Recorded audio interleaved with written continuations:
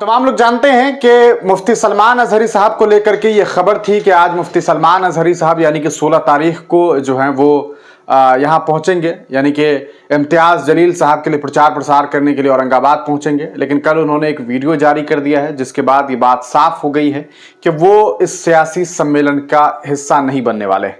इसके पीछे की वजह यह है कि उनकी तबीयत भी अलील है और सियासी सम्मेलनों से कहीं ना कहीं वो मुमकिन है कि बचने की कोशिश भी कर रहे हैं, क्योंकि पिछले दिनों उनके एक बयान की वजह से उन्हें लगभग 9-10 महीने तक जेल में रहना पड़ा।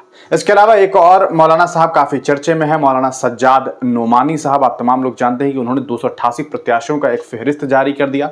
उस फहरिस्त में उन्होंने ये बात बताई कि 288 विधानसभा क्षेत्र में उनके पसंदीदा प्रत्याशी कौन है जिन्हें वोट दिया जाना चाहिए। उन्होंने कुल 269 महाविकास आघाड़ी के प्रत्याशियों का जो है ऐलान किया, नाम का ऐलान किया, जिनको उन्होंने समर्थन दिया है। उनमें कुछ प्रत्याशी ऐसे भी हैं जिनकी तस्वीरें जो है वो आरएसएस के जो उसका अपना राष्ट्रीय दिवस है उस दिन लोग बधाई दे रहे हैं एक दूसरे को, जो व्यक्ति वो भी प्रत्याशी और उनको भी समर्थन दिया गया। इस तरह की कुछ तस्वीर जो है वो सोशल मीडिया पर वायरल है। इसके बाद चूंकि उन्होंने इम्तियाज जलील को अपना समर्थन ना देकर के डॉक्टर अब्दुल गफ्फार कादरी यानी कि समाजवादी पार्टी के नेता को उन्होंने समर्थन दिया। इसके अलावा उन्होंने वारिस पठान को भिवंडी से समर्थन नहीं दिया। इसके अलावा अगर बात करें तो और भी कई सारे धूले विधानसभा क्षेत्र में तो इनके अपने सिटिंग एमएलए हैं, उनको जो है मौलाना सज्जाद नोमानी साहब ने जो है वो समर्थन नहीं दिया। तो सोशल मीडिया पर दो अलग अलग राय बन गई है। कुछ लोग हैं जो मौलाना सज्जाद नोमानी साहब के खिलाफ बात कर रहे हैं, कुछ लोग ऐसे भी हैं जो बहुत आपत्तिजनक शब्दों का इस्तेमाल करके जो है उनका विरोध कर रहे हैं। देखिए उलेमा जो होते हैं वो कहा सकता है कि वो बहुत ज़्यादा जानने वाले लोग होते हैं। हमारा ये फ़र्ज़ बनता है कि हम उनकी इज्जत करें, उनकी रिस्पेक्ट करें। किसी बात से अगर आपको विवाद लगता है, अगर आपको लगता है कि नहीं आप उनकी बातों का समर्थन नहीं करते हैं तो सवाल करिए। सवाल करना तो बिल्कुल जायज़ है। सवाल तो लोग किसी से कर सकते हैं, कितने भी बड़े आलिम दीन क्यों ना हो, कितने भी बड़े ओहदे पर क्यों ना हो, उनसे सवाल तो किया जा सकता है। लेकिन सवाल के में जब आप सवाल करें तो सवाल का लहजा सवाल जैसा होना चाहिए। ऐसा ना हो कि आप उनके साथ बदतमीज़ी पर उतर जाए। और इस पूरे मामले को लेकर के जब इम्तियाज़ जलील मंच पर थे तो उन्होंने एक बड़ा बयान दिया। उन्होंने सीधे तौर पर ये बात कही है कि हम उलेमाओं की इज्जत करते हैं। देखिए इस वीडियो को। के लिए आया हूं। मुझे मालूम है कि कल से सोशल मीडिया के ऊपर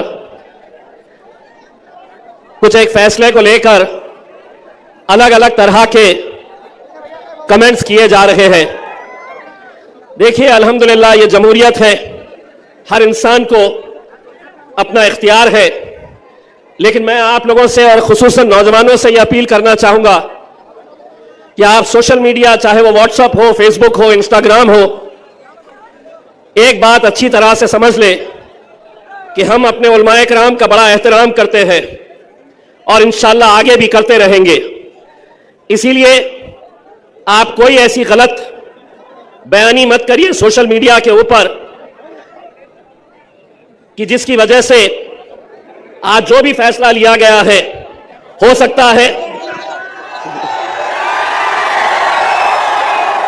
तो मैं जो बात कह रहा था, कल ऐसा ना हो कि आज जो फैसला लिया गया है और कल अगर अल्लाह ने दिलों को फेर दिया और हमारा आमना सामना हो जाए तो किसी को शर्मिंदगी का मौका नहीं मिलना चाहिए।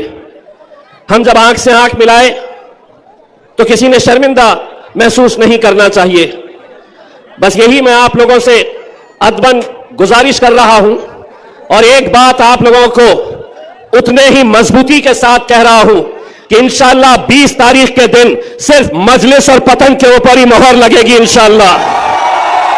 तो देखा आपने इस वीडियो को कि किस तरह से इम्तियाज जलील ने साफ तौर पर यह बात कर दी, बात कही है कि किसी भी तरीके से हम उलमाओं से जो है उनकी इज्जत करते हैं और हम ये नहीं चाहते कि कल जब दोबारा हमारी मुलाकात हो, हमारी नज़रें जब उनसे मिले तो हम नज़रें फेरने लगे। और सीधे तौर पर उन्होंने ये बात कहने की कोशिश की है कि रंजिश इतनी ही रखी जाए कि कभी जब दोबारा मुलाकात हो तो फिर दोनों एक दूसरे से गले भी मिल लें। यूँ ना हो कि दोनों एक दूसरे को देख कर जो है नज़रें चुरा लें और दोनों नज़रें चुरा करके एक दूसरे तरफ और दूसरे तरफ जो है वो निकल लें। तो ये पूरा मामला है। मुफ्ती सलमान अजहरी साहब पहुंच नहीं रहे हैं, मौलाना सज्जाद नोमानी साहब ने समर्थन नहीं दिया है और इम्तियाज़ जलील साहब ने इस पूरे मामले पर अपना बयान जारी किया है। आप इस पूरे मामले को किस तरह से देखते हैं, अपनी राय कमेंट सेक्शन में ज़रूर दीजिए।